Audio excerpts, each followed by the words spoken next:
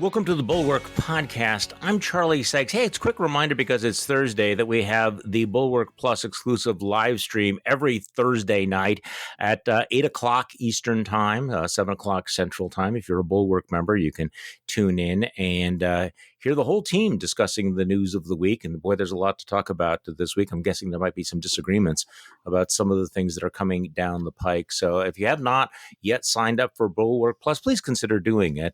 We certainly appreciate all of your support. You'll have access to our entire suite of podcasts, not just this one. Mona Charon's Beg to Differ, as well as the Next Level podcast, the Secret podcast. You will also receive complete access to our Morning Shots newsletter that I put out every morning, Jonathan Last's Triad, and of course, Jim Swift's Overtime newsletter. So again, tonight, the Bulwark live stream at 8 o'clock. I'm guessing that the Gates story is going to come up again. I'm guessing that we'll be talking about that, the war over masks, vaccine passports, the massive infrastructure package. There's so much going on. We're going to do something a little bit different today, because we have been so inwardly focused. We have been so much engaged with our domestic political navel gazing that we really haven't taken time to look around the rest of the world and what's been going on. So our guest today is perfect to describe that. Ambassador Eric Edelman, former Undersecretary of Defense for Policy, returns to the podcast. Ambassador, thanks for coming back. Charlie, great to be with you. Well, I want to talk about the Iran deal. I want to talk about EU and China and Korea, but you are out with a new report about U.S. strategy. The headline is U.S. strategy for a lonely Turkey. And I just want to focus on this for a moment. So first of all, there was a time when we were really talking about what's going on with the United States and Turkey, our relations with Erdogan. But tell me, first of all, why you describe Turkey as lonely. Well, a number of years back, when Ahmet Davutoglu was the foreign minister of Turkey and was very close advisor to President Erdogan, he described Turkey's foreign policy as one of having no problems with neighbors. And when you look at Turkey today, which, as you know, Charlie, sits in a very important piece of geopolitical real estate, and you look around, Turkey has nothing but problems with its neighbors. It has very strained relations in Libya and Syria and in the Black Sea with Russia, even as it buys military equipment, the S-400 air and missile defense system from Russia. It's got troops in northeastern Syria, where they are occasionally clashing with Kurdish forces that have been typically aligned with us in the anti-ISIL campaign. It's got problems in the Eastern Mediterranean with Greece and Cyprus. Its relations with Israel have become very envenomed over the years. And its relations with Iraq have been problematic. So almost everywhere one looks, Turkey has got problems. And the reference in the title of the report really is to a comment made a couple of years back by Erdogan's still chief advisor, national security advisor, Ibrahim Kalin, that Turkey sort of relished its loneliness, which is a big turn from where Turkey had been in the late 90s, early 2000s, when it had a very good relationship, not just with the United States, but with Israel, and relations with Greece were improving as well in the wake of the earthquake that shook both Greece and Turkey in 1999. So that's really why we chose the title.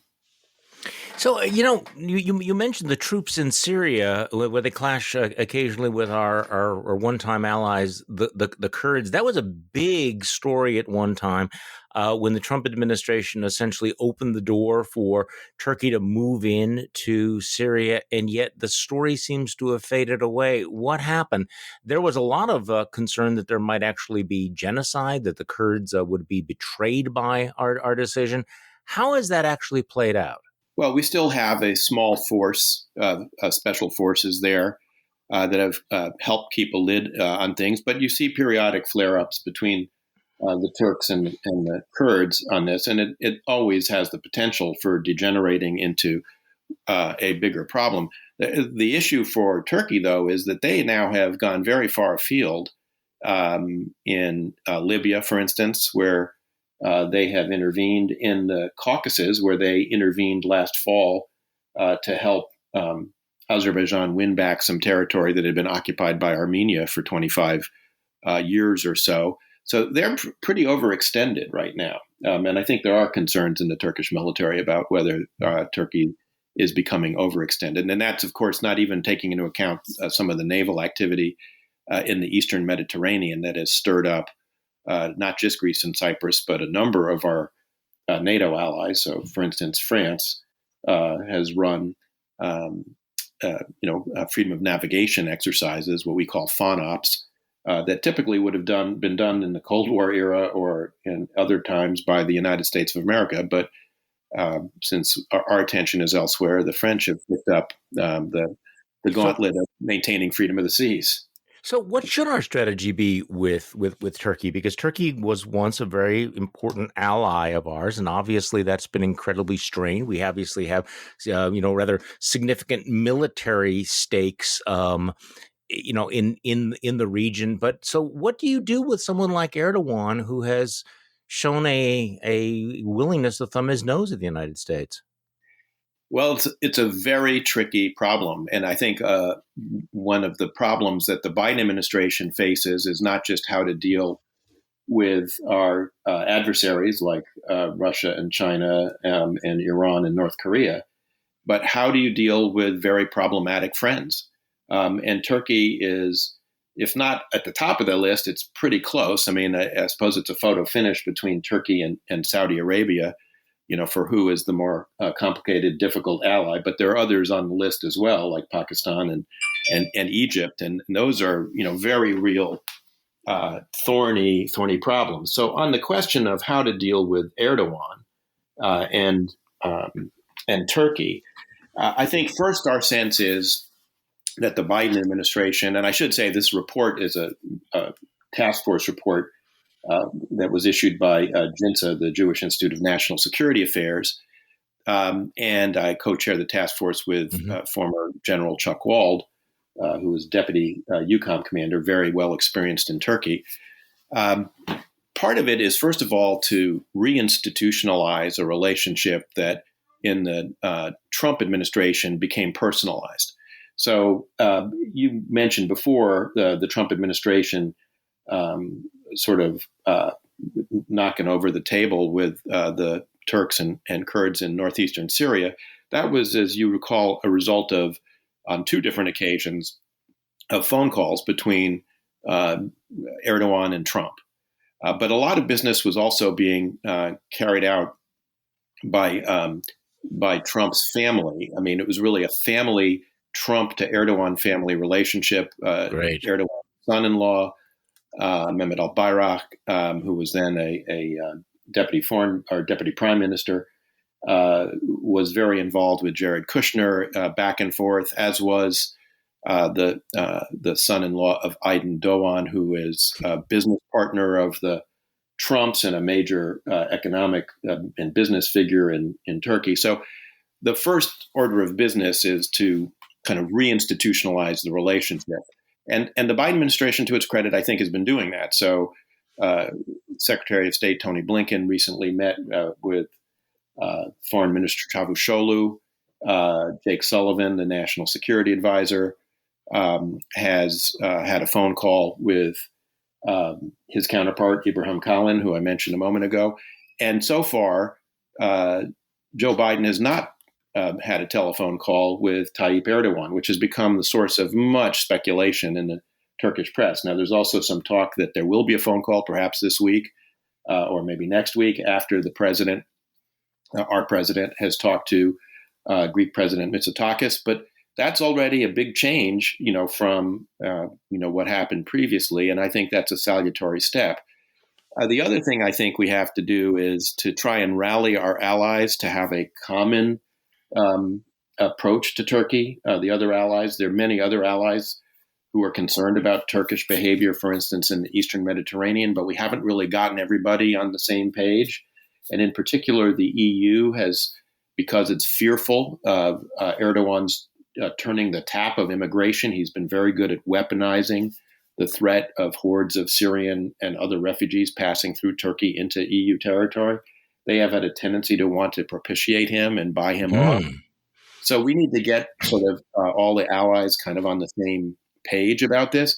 And then I think, unfortunately, we have to become pretty ruthlessly transactional with the Turks. I mean, although Donald Trump was famously transactional, I think his transactions more had to do with his concerns about the Trump Hotel in Istanbul than it did about U.S. national interests.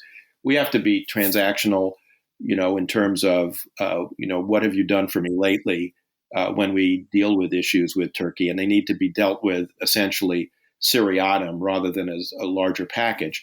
We've tended with Turkey over the years to engage in a form of what I call political moral hazard, which is to say we say Turkey is too big to fail because of its geographic location, because it's so important for so many different issues, because it's a major NATO member with a large military. And so our attitude has been, if we treat them like an ally, eventually they'll respond and behave like one. That has failed over and over and over again. And I think we have to just be much more about, okay, you need to, we're going to impose these CATSA sanctions on you for the purchase of the S-400. And here's what you have to do to get out of it. And we're not going to package this up with other issues and just deal with them all on, a single basis. And I think there's some receptivity in the Biden administration for that kind of approach. And I say that advisedly because Jake Sullivan, the national security advisor, and I together wrote an op-ed in Politico about 2.5 years ago that advocated precisely this kind of approach.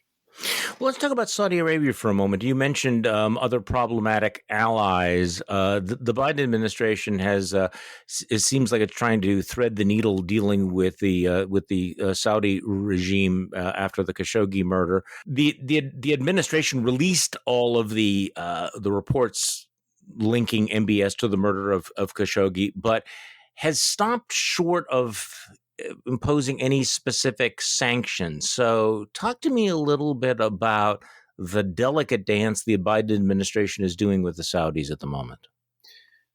Yeah, so as I said, the Saudis are probably, maybe slightly ahead of the Turks as a problematic ally, or maybe slightly behind. But the first step that the Biden administration took was to order a review of a package of arms sales that had been launched under the Trump administration. That obviously sent a signal. The release of the DNI report on MBS was obviously another. I think what you're also seeing is, again, an effort at reinstitutionalizing the relationship.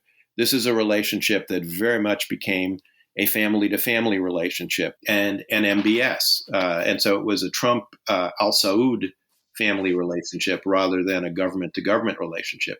Now, the Saudis actually probably like that because it's a family regime, and so the idea of having a family-to-family rather than government-to-government relationship, I can imagine, appealed to MBS. But I think the Biden administration has, correctly, focused on having, minister-to-minister talks at the appropriate levels, and is sort of, to the extent possible, and it's not totally possible, but trying to marginalize MBS as much as one can. Now, it's very likely that he at some point is going to become the king, and so there's a limit to how much you can marginalize him, but it sends a signal about what kind of behavior the U.S. will, sort of tolerate in an ally and what it won't. And I think that's important. Now, again, you can't cut your nose off to spite your face. Saudi Arabia is going to be very, very important, particularly in dealing with Iran. And I hope ultimately that the review of the arms sales is completed and that they go forward, because some of those are important links to between the United States and Saudi Arabia, important tools of influence for the United States in the region. And the problem, of course, is that if we completely pull back, there are others who are only too happy to fill the void, Russians, Chinese, et cetera.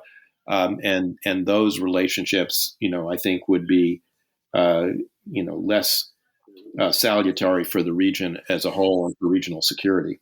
So let's talk about Russia in terms of dramatic changes of foreign policy. The relationship between the presidency and Vladimir Putin would certainly rank right up there. Joe Biden referring to Vladimir Putin as a killer, which apparently they took very, very personally. And you had the withdrawal of the ambassador. So I want to get your take on that. There are some people who thought that perhaps that was undiplomatic on Biden's part to call Vladimir Putin a killer. Well, it might have been. I'm not sure. Completely accurate, but it is completely accurate. Yeah.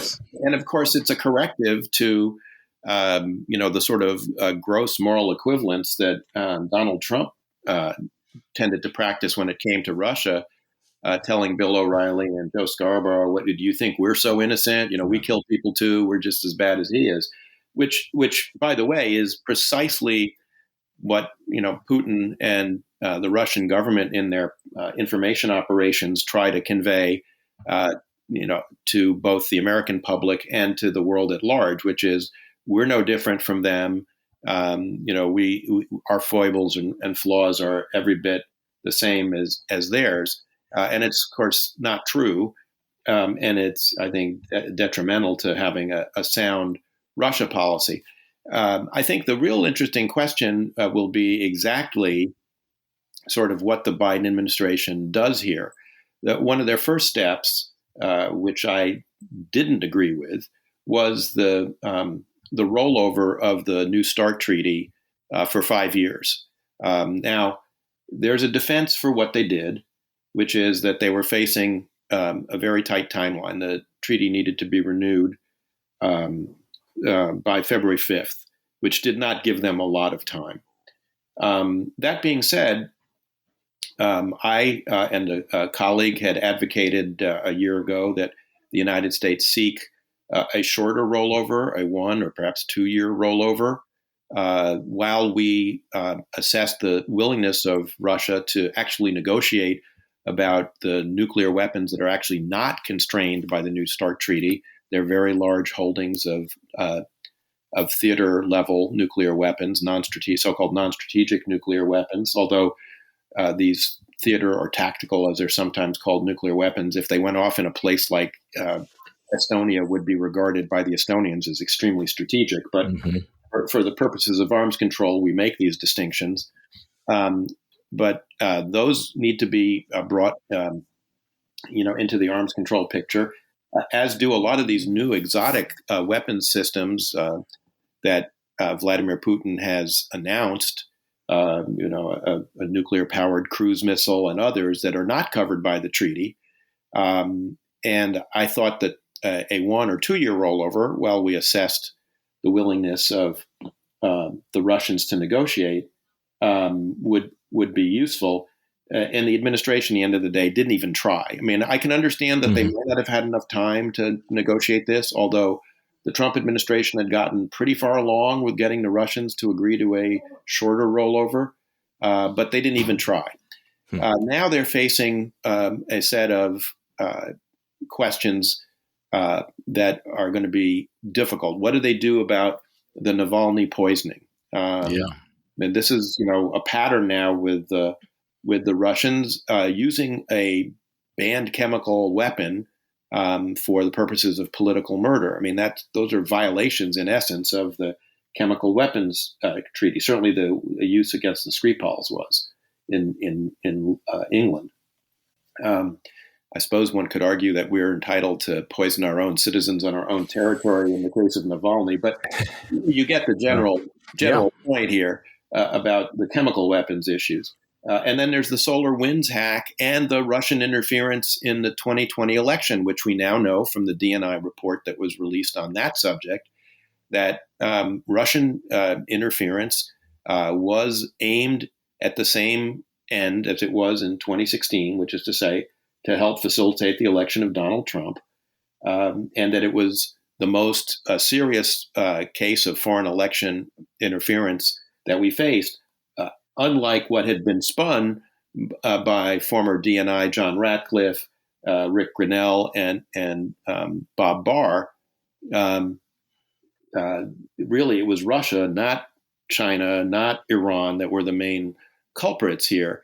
And so the Biden administration now has to respond to all of these things, and it's taken a little bit of time, which I think has some of us a little nervous about what's taking them so long to respond. Although part of it, to be fair, may be the fact that the principals in the Biden national security team are by and large home alone. And there's growing concern about the lack, not just of confirmed folks, but the lack of nominations from the Biden team that is, I think, increasingly going to run the risk of hamstringing their own foreign policy. Let's move on to China. I don't know whether you prioritize it this way, but it does seem from the outside that obviously dealing with Saudi Arabia, dealing with Russia are high priorities for the administration. But number one is going to be dealing with China. Those talks seem to have gotten off on somewhat shaky footing.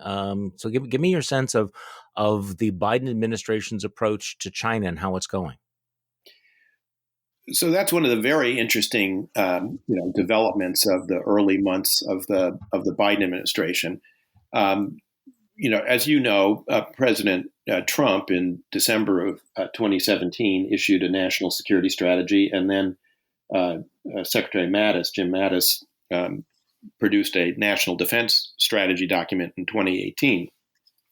And those strategies prioritized our great power near-peer competitors, Russia and China, as the most important challenges and threats that we face. Now, I don't normally, as you know, Charlie, lavish much praise on the Trump administration. Mm-hmm.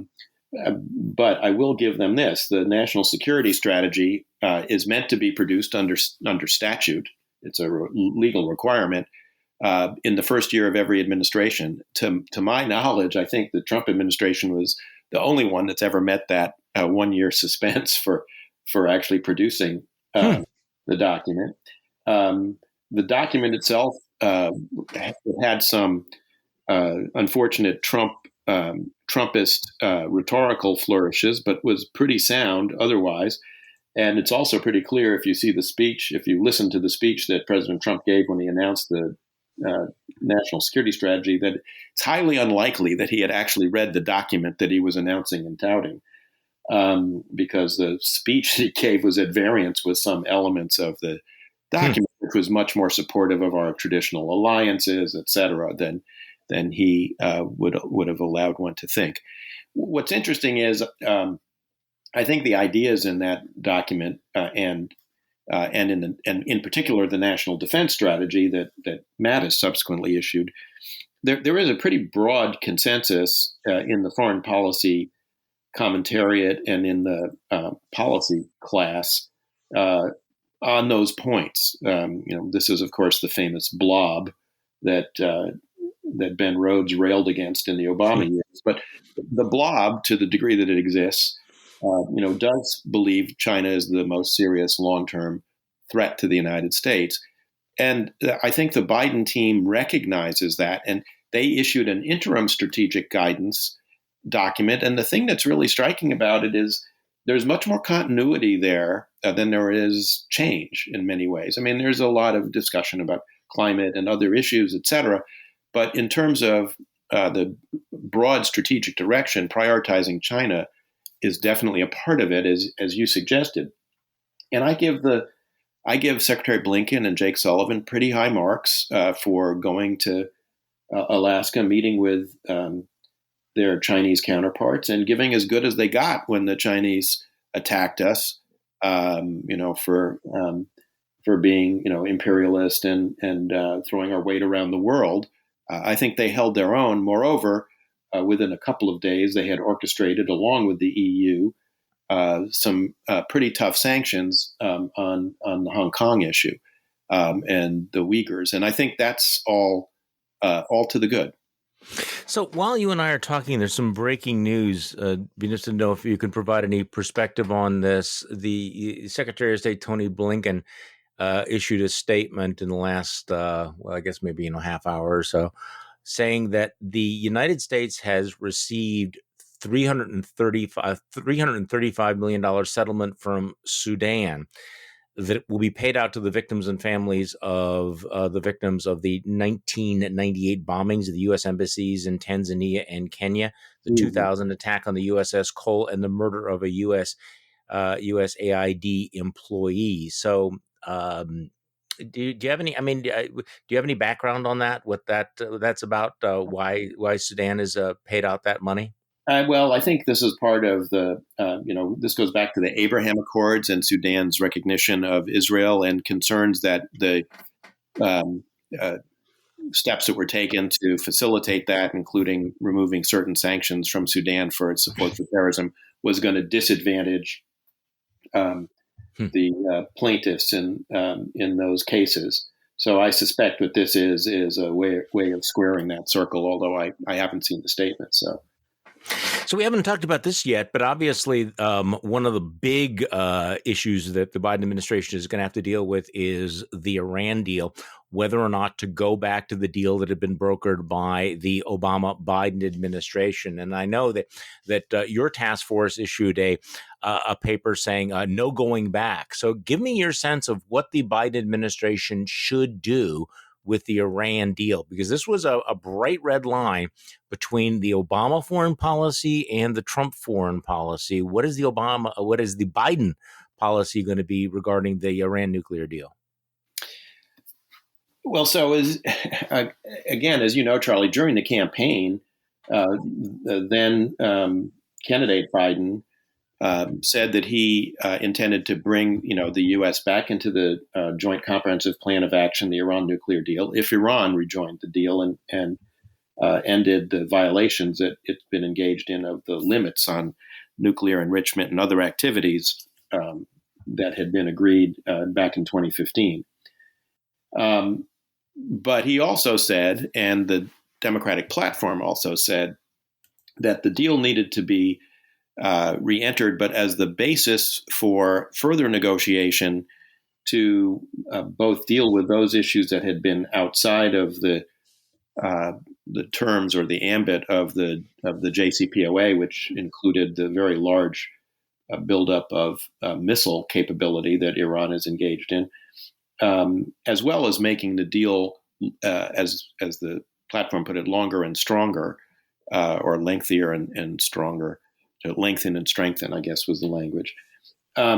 So it's not that simple just to walk back into the deal for a variety of reasons. One, of course, is that Iran is massively out of compliance with the terms of the deal, and it will take quite a bit of time to come back into compliance, and it will be difficult for the Biden administration to lift any sanctions while Iran is massively out of compliance. And part of this, of course, is tied to the fact that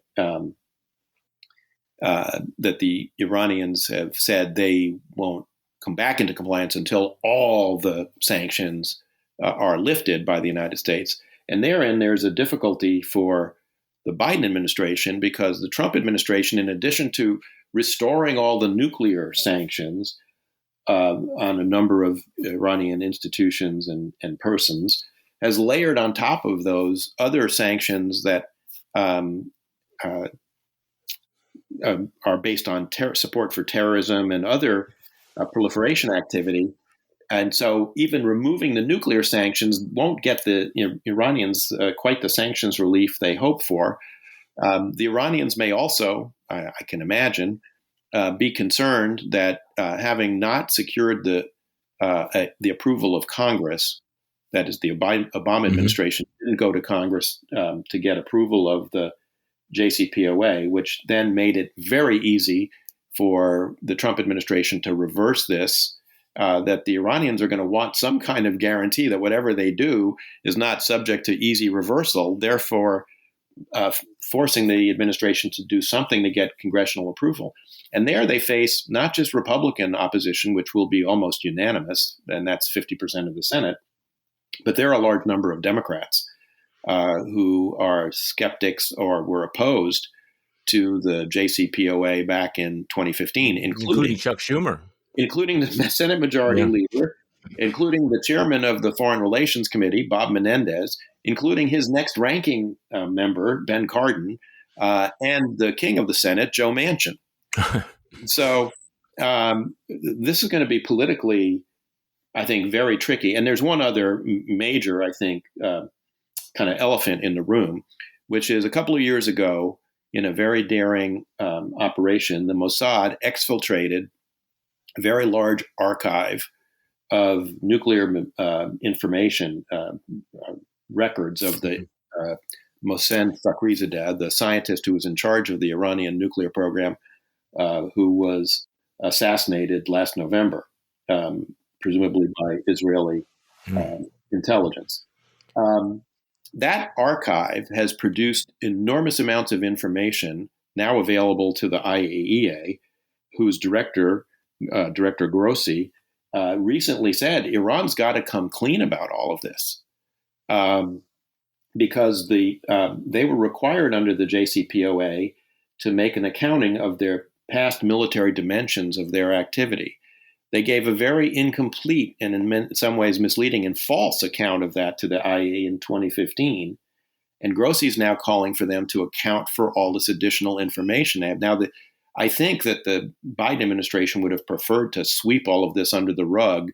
But I think particularly with Grossi's statement coming out of the IAEA, that's going to be very difficult to do. And particularly now with a letter from Senator Menendez and Graham, they put together a letter of 43 senators raising a whole host of these issues. I think the politics of this are going to be very, very forbidding. Now, there are a couple of news reports out in the last day or two that the Biden administration, whose initial proposal, if you come back into compliance, will come back, was just out of hand rejected by the Iranians, is now talking about maybe something less ambitious, like if you stop all of your nuclear or some of your most egregious nuclear violations, will relieve some of the sanctions pressure on you. But I think that's not likely to win, Iranian approval. There's also some suggestion that the administration is fishing around to get the Iranians to sit down with them to map out a roadmap for how to, get through all of these difficulties that I've just described in terms of getting back to the agreement. And we'll see whether the Iranians pick that up. I'm a little bit skeptical that they will, but you never know.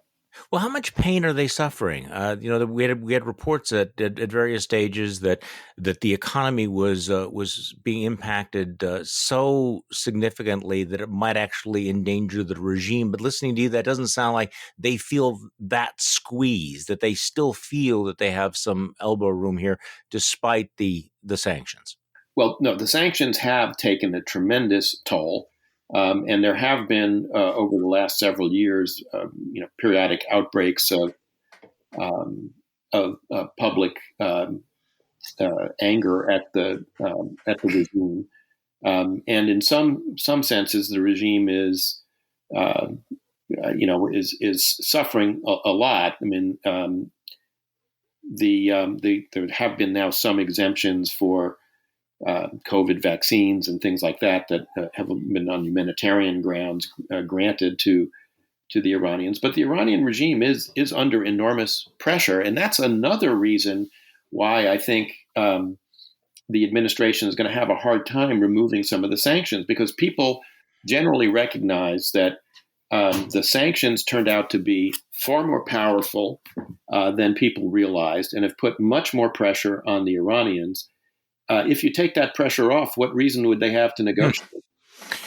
So let's talk about the flip side, not the people who are problematic, but the allies who had been basically put to the back of the bus during the Trump years.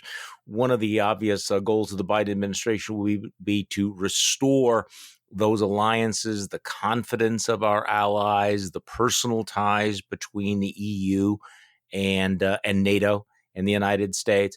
So talk to me a little bit about this, whether whether that's going to be easily repairable or whether or not the Trump years were a lasting shock to that system by reminding people that maybe the United States was not as stable an ally as perhaps they'd once hoped or believed. Well, I think if the problem were only the Trump administration, it might be a little bit easier. But I mean, the truth of the matter is, transatlantic ties have been very, very strained now for 20 years, going back to Bush 43. Obviously, the Iraq War created some enormous tensions with both France and Germany and some other allies. The Obama administration, was not noticeably warmer to our European allies than the Trump administration. I mean, it was more polite and less coy and less vulgar. Yeah.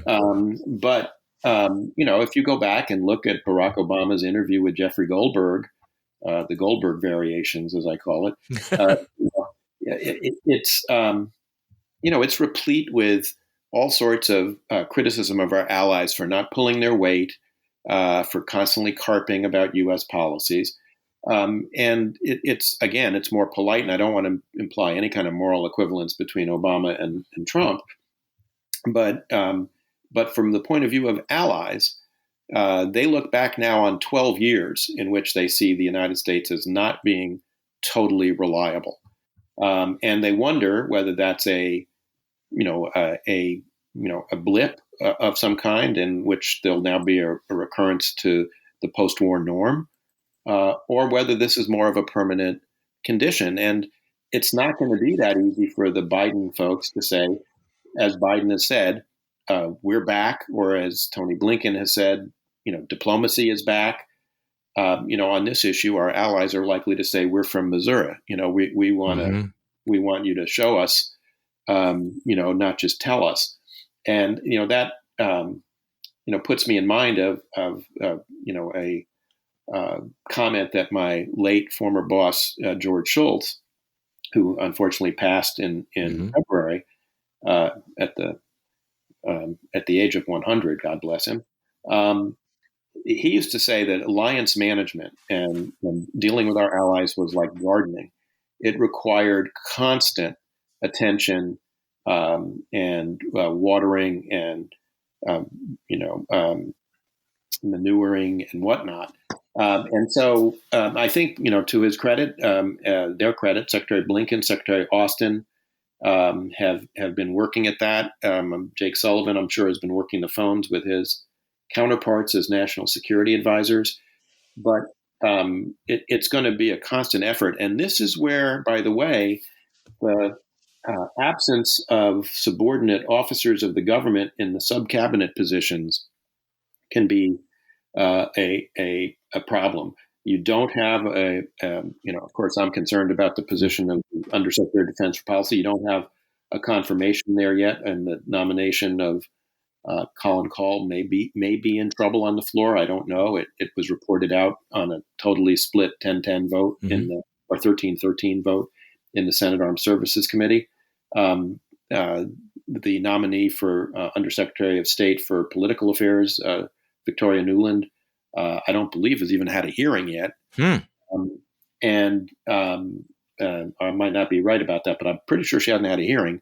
The Deputy Secretary of State, Wendy Sherman, just got confirmed in the last couple of days. So, unless we start getting these other appointments in, this process of reinstitutionalizing relationships that I mentioned earlier, which is obviously a big problem with Saudi Arabia and Turkey because of the special case of the personalization there, but still true more broadly throughout the government, that it needs to be reinstitutionalized, and those ministry to ministry ties need to be rebuilt. this is going to be a long-term project. It's not going Yeah, to how overnight. far behind the curve is the Biden administration? You've mentioned this several times that they're home alone, and that you don't have these Senate confirmations. Is this, what's the historical parallel on when Obama came into office? Is this much slower than other administrations? It is slower, and I don't have the exact Yeah. numbers but and look, part of it is not their fault. Part of it is the late ascertainment of the election result by the General Mhm. Services Administration, which held up kicking into place of the Presidential Transition Act monies that flow to support the transition activities, and So it we're was still paying very. a price for that. We're still paying a price for that, and the Biden administration is paying a price for that. But we're now getting to the point where that was a valid excuse, for being a little bit slow. But now I think people on the Hill, particularly those in the Armed Services Committee looking at the Department of Defense, are saying, "Well, where are the nominations for all these other positions?" It's beginning to be not just a question of, well, it's not our fault we had a delayed transition. I mean, I was in the Bush 41 administration, and it took us until the summer to get some of the, under and assistant secretaries confirmed. But we're already now getting into territory where you might find the same thing. And of course, you had the same delayed transition in 2000 because of the uncertain election results in Florida and the Supreme Court, resolution only, Hmm. on Christmas Eve, as it were, of the election. So, I mean, again, I don't want to put too much blame on the Biden administration, but I do think it's something they've got to be attentive to now. Ambassador Eric Edelman, thank you so much for coming back on the podcast. Ambassador Edelman is a former Undersecretary of Defense for Policy and has been a quasi-regular on the podcast. And you can read his stuff in the Bulwark, and you've been writing for the Dispatch as well. So again, appreciate it, Eric, that you came back. Thanks, Charlie. It's always great to be with you. And thank you for listening to today's Bulwark podcast. I'm Charlie Sykes. We'll be back tomorrow, and we'll do this all over again.